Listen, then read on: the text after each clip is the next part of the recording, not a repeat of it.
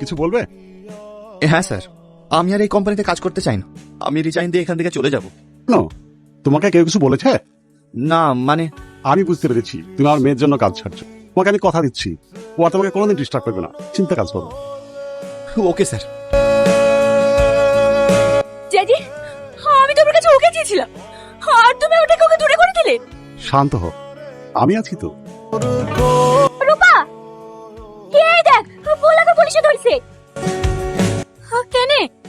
এইখানে লেখা আছে ভোলা ডাটা ও টাকা চুরি করার অপরাধে পুলিশ থেকে গ্রেফতার করেছে।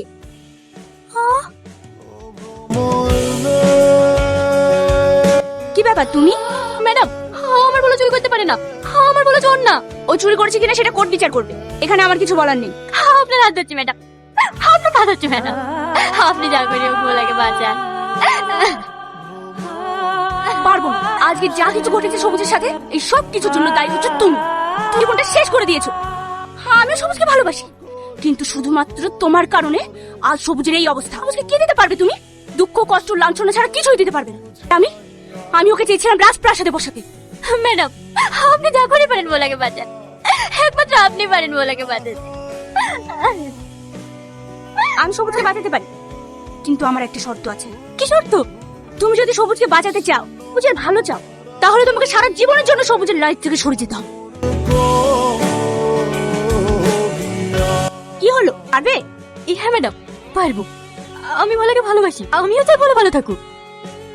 ভালো থাকার জন্য যদি আমাকে সারা জীবনের জন্য জীবন থেকে সরে যেতে হয়, আমি রাজি, আমি রাজি। কেমন আছো? আমি ভাবতেও পারিনি যে তুমি কোম্পানির সাথে এইভাবে বেইমানি করবে।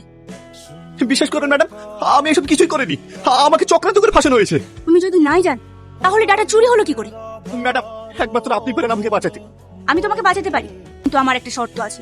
কি শর্ত? তোমাকে সারা জীবনের জন্য আমার হয়ে থাকতে হবে। যদি পারো, আমি ড্যাডির সঙ্গে কথা বলে দেখতে পারি।